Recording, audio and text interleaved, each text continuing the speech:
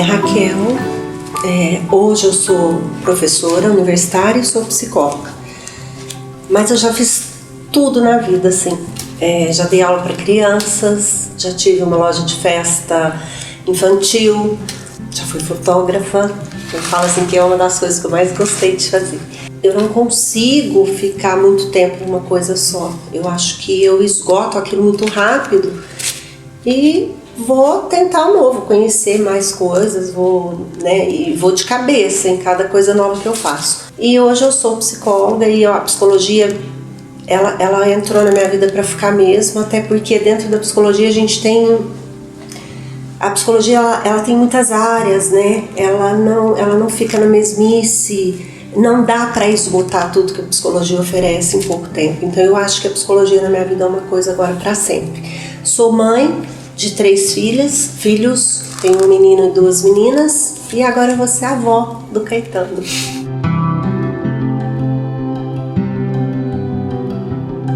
A filha mais velha é a Manuela. A Manuela está hoje com 29 anos. É muito interessante porque eu tive um grande amor na minha vida, de adolescente, e um dia a gente combinou que se tivesse filho, que a gente ia casar, ia ter filhos, e que a primeira filha ia ser uma mulher, ia chamar Manuela. E eu sei que, como todo relacionamento, ou a maioria dos relacionamentos de adolescente, acabou, né? E quando eu tive a minha filha, eu disse que ela ia chamar Manuela e cumpri mesmo. Enfim, mas eu me apaixonei muito por esse nome, Manuela, né? A Manuela não gosta não, ela gosta de Manu. E aí você acredita que depois de muitos anos eu encontrei ele uma vez? A Manuela já tinha o quê? Uns 18, 19 anos, e ele também teve uma filha e também chama Manuela.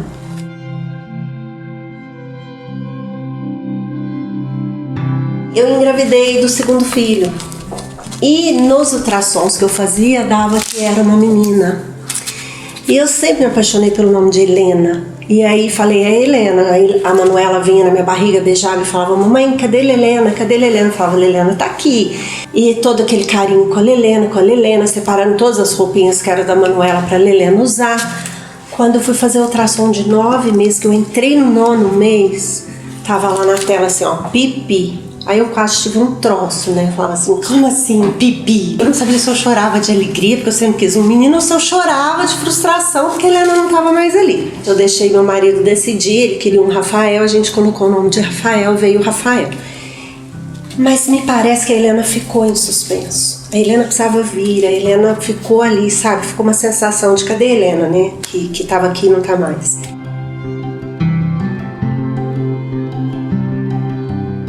Quando a Manuela estava com 15 anos, o Rafael com 13, numa bela escapada, eu engravidei da Helena. E aí quando eu engravidei, todo mundo falava, o que vai ser? Eu falava, é a Helena, é a Helena. Eu tinha roupas guardadas da Manuela, 15 anos. Eu tinha coisas que depois que o tempo passou, eu não sou mística não, mas eu falava, gente, por que aquilo ficou... Acho que tinha uma intuição dentro de mim que um dia a Helena ia chegar. E a Helena chegou, hoje ela está aí com 14 anos, então eu tenho meu trio maravilhoso.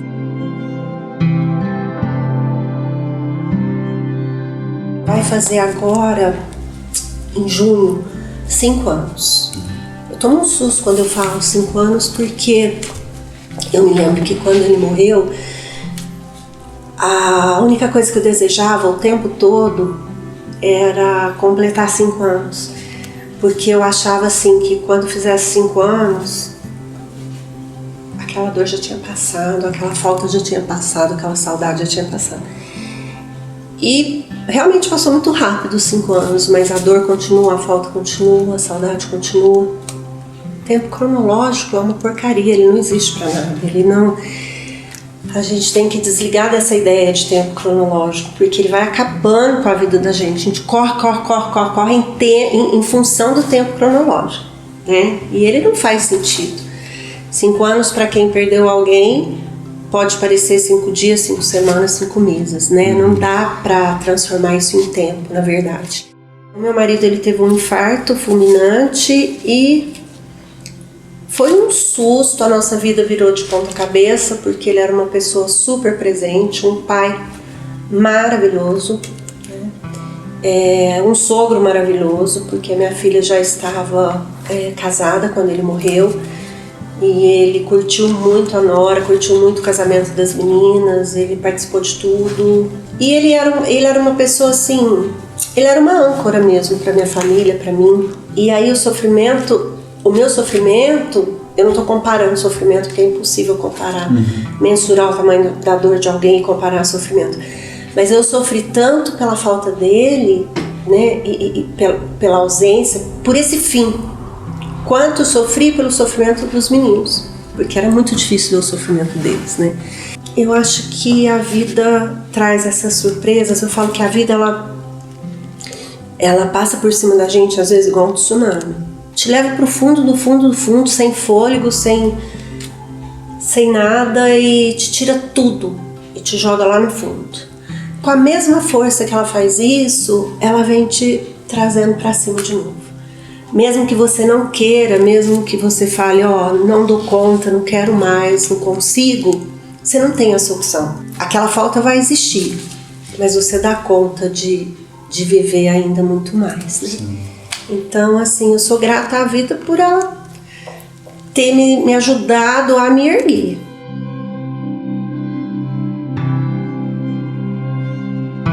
A Manuela era muito petitinha quando ela devia ter o quê? Uns 5, 6 anos na época. E ela estudava numa escola que era uma chácara. E ela sempre recebeu muitos elogios de professores. Ela sempre recebeu muito carinho e eu sempre recebi muito elogio pelo tipo de criação. Sua filha é educada, sua filha é boazinha, sua filha é assim, sua filha é assada. E isso vai, né, fazendo você sentir o máximo, a melhor mãe do mundo. Só que eu sofria ao mesmo tempo. Eu sofria porque eu pensava, como é que uma pessoa, um ser desse tamanhozinho, que ao olhar do adulto é tão perfeito, será que é feliz? Como é que dá conta de ser tão perfeitinho assim, né? Porque o adulto, ele exige diante da criança coisas que a criança não dá conta de ser, né? E aí eu sempre tinha isso dentro de mim. E aí um dia eu fui numa reunião escolar nessa chácara. Mais uma vez isso me inquietou, porque a professora só fez elogios, só teceu elogios. E eu falava assim, eu perguntei pra ela, nossa, mas ela não faz uma bagunça, ela não faz uma arte, nada. Ela falou, não, ela é perfeitinha. Quando ela falou isso, doeu a minha alma, porque aí eu tive certeza. Eu falei, olha, como que ela pode ser perfeitinha, né? Será que ela é feliz? Será que ela é feliz sendo perfeitinha? Terminei, agradeci a reunião e tal, e caiu uma tempestade, assim, uma chuva de verão muito, muito pesada. De repente alguém falou assim, nossa, olha lá a menininha, olha lá a criança, olha lá, não sei o quê. E todo mundo virou um alvoroço, todo mundo começou a falar junto. Nossa, gente, ela tá encharcada, ela tá na chuva e tá assim, tá... Aí umas pessoas riam, outras estavam preocupadas, quem será a mãe? E eu fui tentando olhar, assim, quando eu consegui uma brechinha que eu olhei, era a Manuela. E ela estava de bracinhos abertos, bebendo água da chuva e rodando. Aquela cena mexeu tanto comigo, me trouxe respostas, entendeu? Porque eu falei, tem que ser feliz, né? Uma criança que sai para a chuva, que tem coragem de ir para a chuva, beber a água da chuva, né? E girar na chuva, com aquele sorriso, aquela gargalhada, só podia ser uma criança feliz, né? Ela tinha a calmaria dela, ela tinha a serenidade dela, ela tinha um jeitinho manso dela ser e sabia, sim, ser feliz. Então, eu acho que dali pra frente, eu pensei, ela vai encontrar sempre as formas dela pra ser feliz, eu posso ficar tranquila, né? E ela fez isso, ela faz isso até hoje.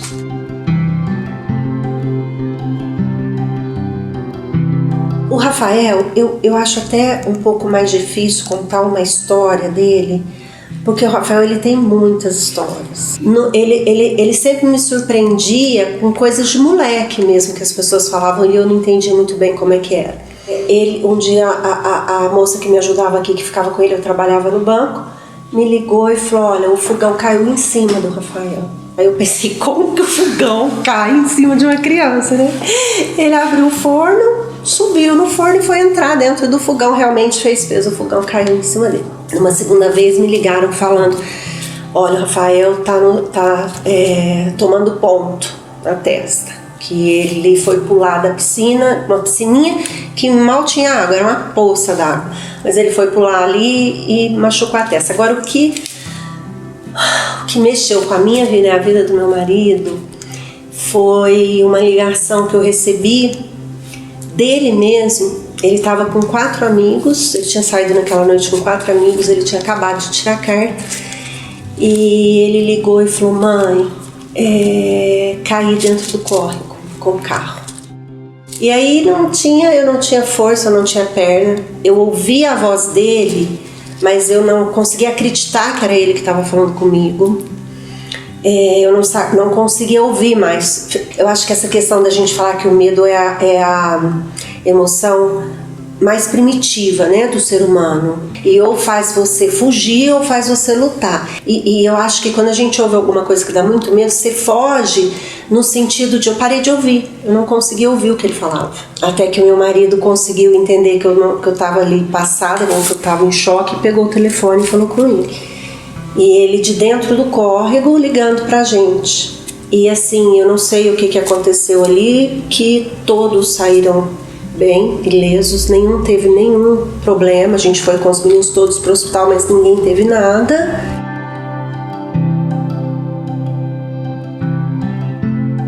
A Helena é uma menina que veio bem assim a misturinha dos outros dois, né? É uma coisa que eu guardo também, que eu também coloquei no livro, que é essa história da Helena. Ela estava no rancho comigo uma vez e todo mundo, a Helena tinha 3 anos e todo mundo estava se aprontando, estava arrumando as coisas para ir embora, arrumando mala, arrumando cozinha, e eu coloquei um colchão assim, um gramado, estava no entardecer, eu falei, vem ficar com a mamãe aqui, porque ela estava atrapalhando as pessoas, e foi realmente anoitecendo, eu falei para ela, olha, vai escurecer e vai aparecer uma estrela, a gente tem que ver a primeira estrela que aparece, quem ver primeiro e ver a primeira estrela vai fazer um pedido para essa estrela que vai acontecer. E ela ficou muito interessada, ela tinha 3 aninhos, ela falava assim, vai, eu falava, vai minha filha, se você, né, então vamos ficar de olho, vamos ficar quietinho e ficar de olho. De repente apareceu a primeira estrela e ela gritou, eu falei, faz o pedido. Quando terminou, eu falei, minha filha, o que você pediu? Ela falou, eu pedi para ter asas, para voar. Aí eu abracei ela assim e falei, não filha, não faz isso não, se você voar você vai para longe da mamãe. Aí ela falou assim, não mãe, a borboleta não tem asa? Então ela voa, depois ela volta pro ninho dela.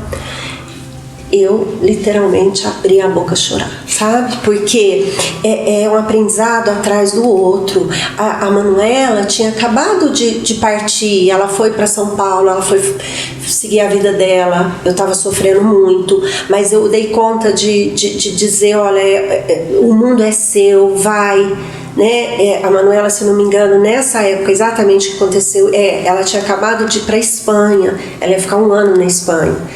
Então meu coração estava partido, mas eu disse, vai minha filha, o mundo é seu, você precisa ir, vai ser muito bom para você, mesmo com o coração partido. E a gente tem que se policiar o tempo inteiro, porque ao invés de eu falar para Helena, que lindo, você vai ter asas, você vai voar, eu falei, não faz isso não, que você vai me abandonar, me deixar sozinha.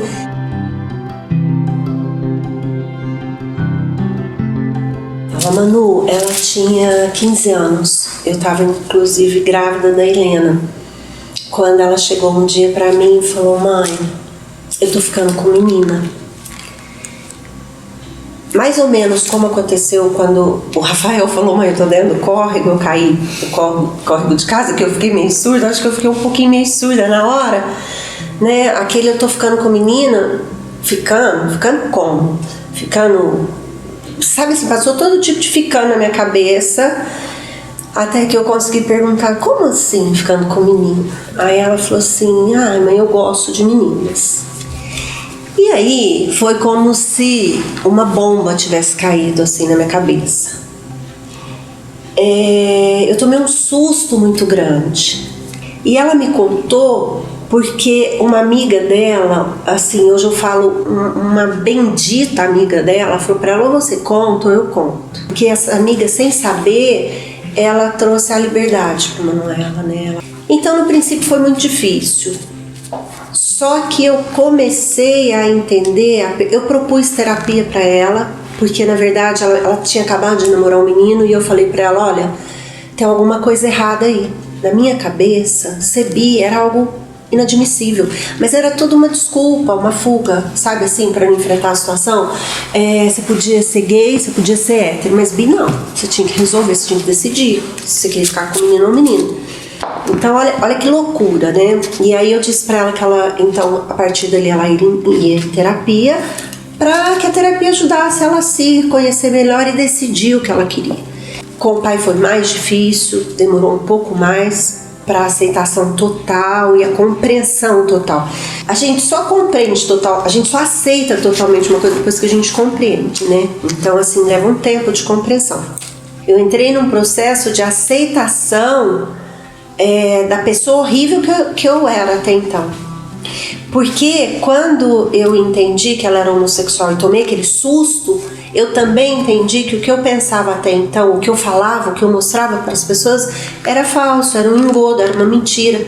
Porque eu era a mãe super aberta, eu era a mãe que aceitava tudo, eu era a mãe que apoiava tudo. E aí nessa hora, cadê essa mãe? Onde ela estava, né? Eu não reconheci em mim essa mãe. Eu daria qualquer coisa hoje para voltar naquele dia. E eu tive essa oportunidade com a Helena agora. Há pouco tempo, há uns 6 meses, a Helena chegou pra mim e falou assim, mãe, eu acho que eu sou bi. Eu falei, legal, filha.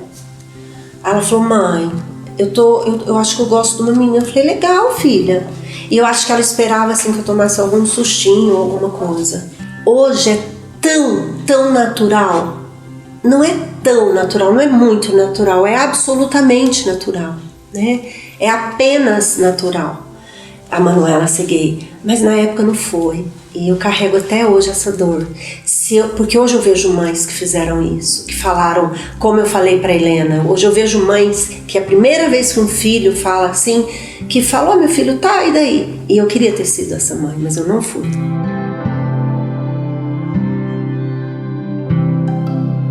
Quando eu escrevi esse livro, eu acho que eu tive uma intenção de me redimir, sabe?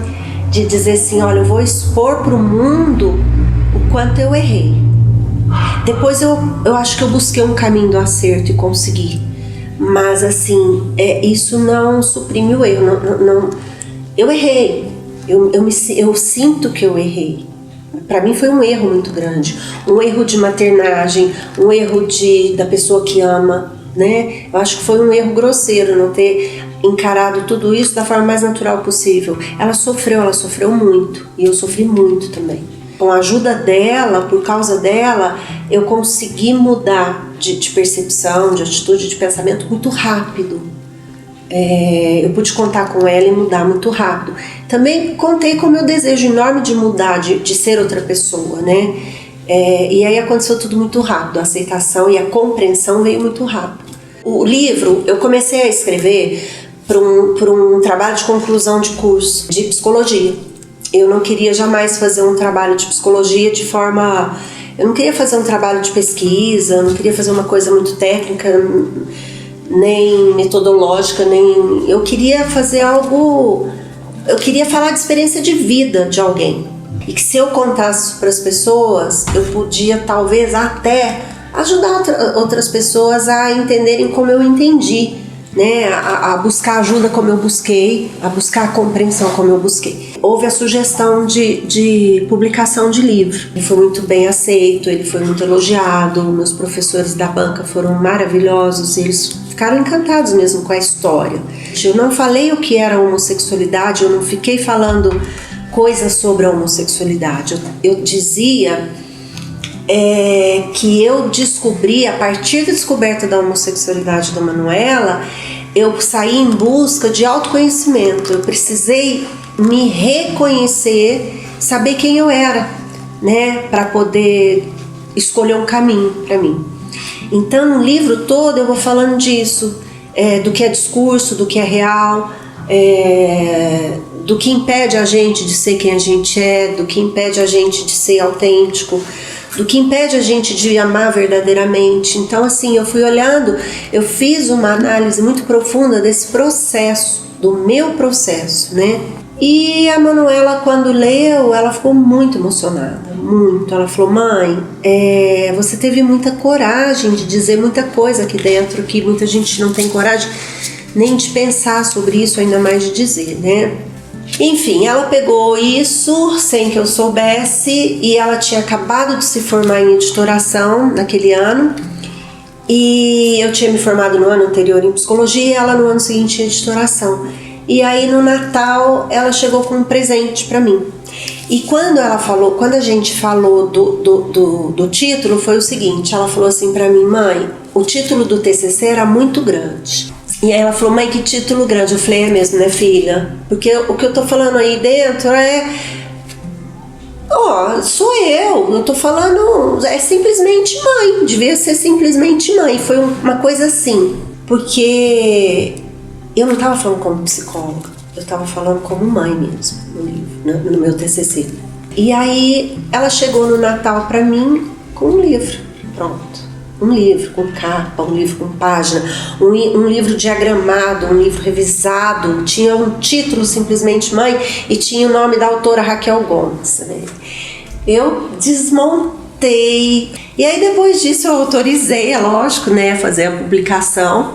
E aí ela fez, já fez as 2 edições já. Então muita gente pede, muita gente me escreve dizendo, olha, obrigada, seu livro ajudou muito.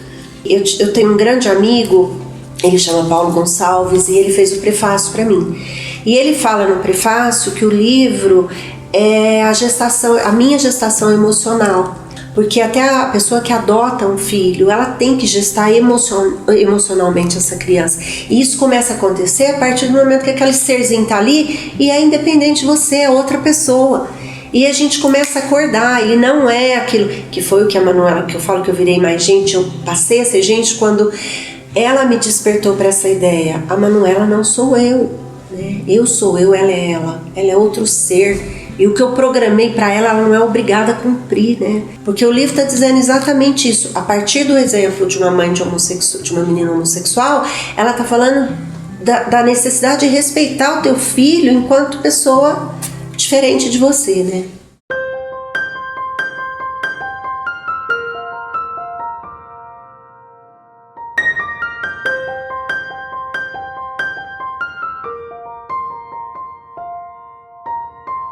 Então aqui tem a Manuela, Rafael, a Manuela, a Ponte, é tudo releitura de grandes autores, de grandes pintores. E aí a minha grande paixão da Manuela, que a Manuela fez, é essa releitura do Volpe, que são as bandeirinhas. E ela fez com muito amor e chegou em casa e falou, mãe, hoje eu fiz um quadro lindo que é a sua cara.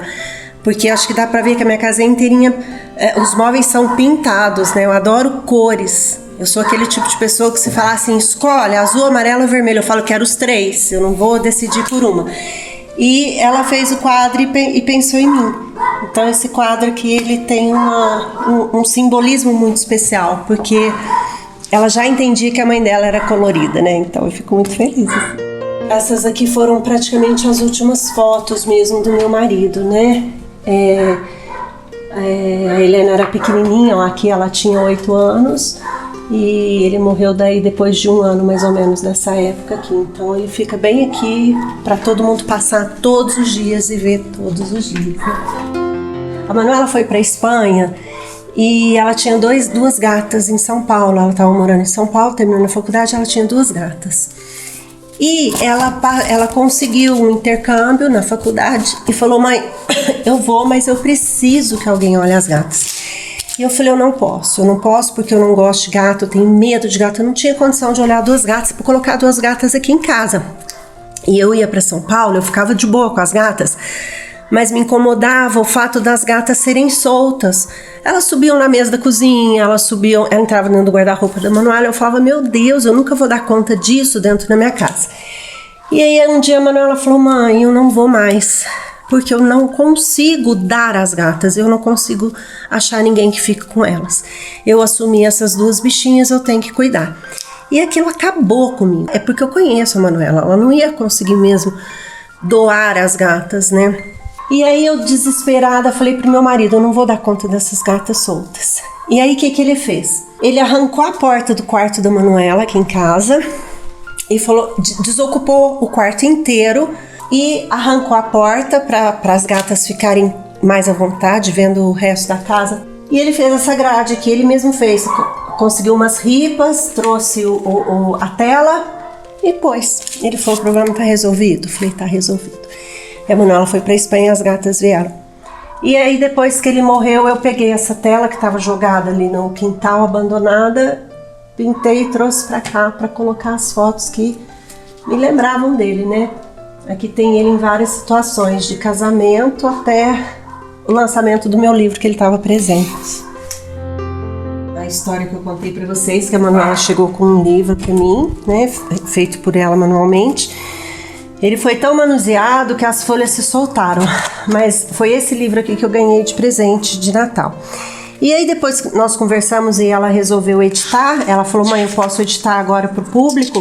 Ela pediu que eu fizesse as modificações necessárias, porque como ele era um livro, ele era um trabalho de conclusão de curso, tinha muita coisa aqui que era desnecessário, muita teoria que não valia a pena deixar, né?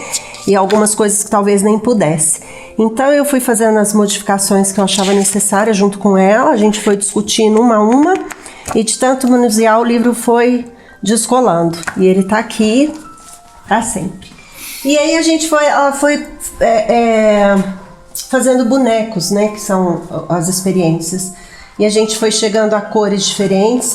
Ela fez bonecos no branco, depois mudou a cor do fundo. Nesses bonecos ela usou muitas vezes papel sulfite, então desbotava. Mas isso aqui, ó, é todo um processo.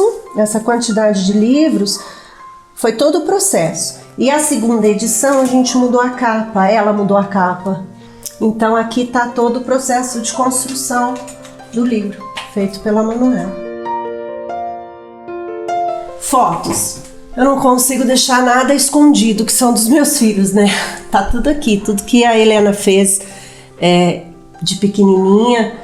Tinha os quadros dos meninos que eu mostrei lá e aqui tem as artes da Helena. Aqui tem algumas fotos bem antigas que eu não consigo deixar guardadas sem contato. Eu preciso do contato com essas fotos.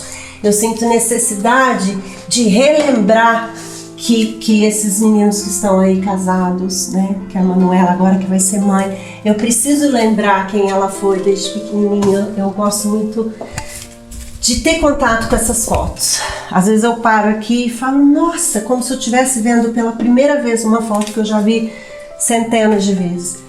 E aqui nessa parede tem as pessoas mais queridas e mais amadas. E às vezes eu também paro para olhar quem eu fui, sabe? No auge da minha juventude, eu penso, olha, eu fui essa. Então tem momentos muito significativos, né? Da entrada da Manuela na USP, do Rafael. Aqui é a história de vida dos meus filhos. Eu guardo coisas assim. Esse aqui é muito relevante, que no dia que eu perdi meu marido, no dia exatamente, a Helena fez essa declaração de amor para mim. Ela tentou aqui dizer, mãe, eu sei quanto você tá sofrendo, você é maravilhosa, eu te amo, né? Então, às vezes eu tô meio para baixo, às vezes eu tô triste, eu venho aqui e leio isso aqui. Eu tento ter contato o tempo todo com coisas que eles fizeram para mim, com demonstração de afeto, de amor. Esse aqui é da Manuela. Acho que ela devia ter mais ou menos uns 9, 10 anos. Tá aí já faz muito tempo. Esse aqui é da Manuela. O Rafael escrevia muito pouco para mim. O Rafael fazia muita declaração de amor. Ele gostava muito de abraçar e de beijar, então ele vivia pulando em mim, abraçando, beijando e dizendo eu te amo. O Rafael faz isso todos os dias, a Manuela faz isso todos os dias. A Helena é mais tímida, ela ainda não tem tanta coragem de dizer eu te amo, porque precisa de coragem para dizer isso, né? Depois você tem que bancar isso que foi dito.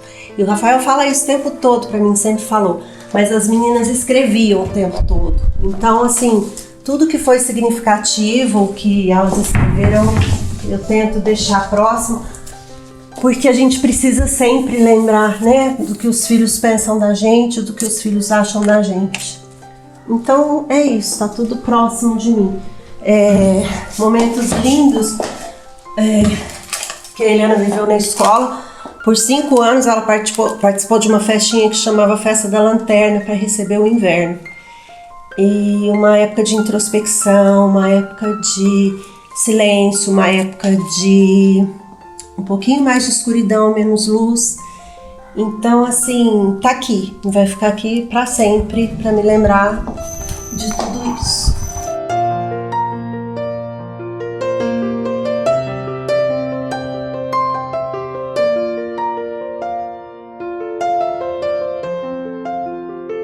Hoje sempre, eu sempre tive certeza disso. Eu acho que não existe essência. O homem vai construindo a sua essência. E eu fui construindo a minha essência na vida para ser mãe. Eu acho que eu estou aqui para ser mãe. Eu não sei de onde eu vim, não sei para onde eu vou. Mas eu entendo que uma das coisas, que a coisa que eu mais amo no mundo, a coisa que eu mais amo é ser mãe. Não tem nada que te ensine mais do que se sentir responsável por alguém e conseguir respeitar essa pessoa, mesmo sendo responsável. Você é responsável por ela, você não é dono. Então, eu aprendo todos os dias com os meus filhos, todos os dias, nenhum é igual ao outro. E eu acho que eu nasci para ser mãe, entendeu? Uma frase feita, eu acabei de falar que a gente não nasce pronto com essência, mas eu acho que eu nasci para construir a minha essência de mãe. Ser mãe para mim é amor puro e crescimento.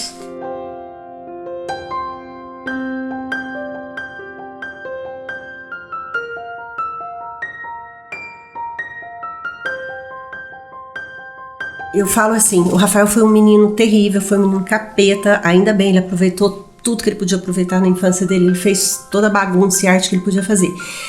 E como eu contei agora há pouco, ele tinha um coração enorme, então ele adorava beijar, abraçar e dizer eu te amo. Ele fazia isso com uma naturalidade incrível, né? E era verdadeiro, porque você percebia muito amor. E aí um dia ele queria muito ir na praça para comprar aquelas bolas enormes. E todo domingo a gente comprava bola na praça, chegava em casa no fim de semana a bola estourava, aí comprava outra bola estourava. E aí dava a bola. Só que ele queria muito a maçã do amor e a gente dizia, escolhe uma coisa ou outra, né? E ele falava, por favor, mãe, eu não consigo escolher, eu quero a bola, mas eu quero a maçã. E eu falava, meu filho, você sabe, as duas coisas não dá, escolhe uma coisa, sua irmã escolheu. Aí ele fez assim com a mãozinha e falou assim, mãe, por favor, tudo vale a pena se a alma não é pequena. Ele ganhou a bola e a maçã do amor.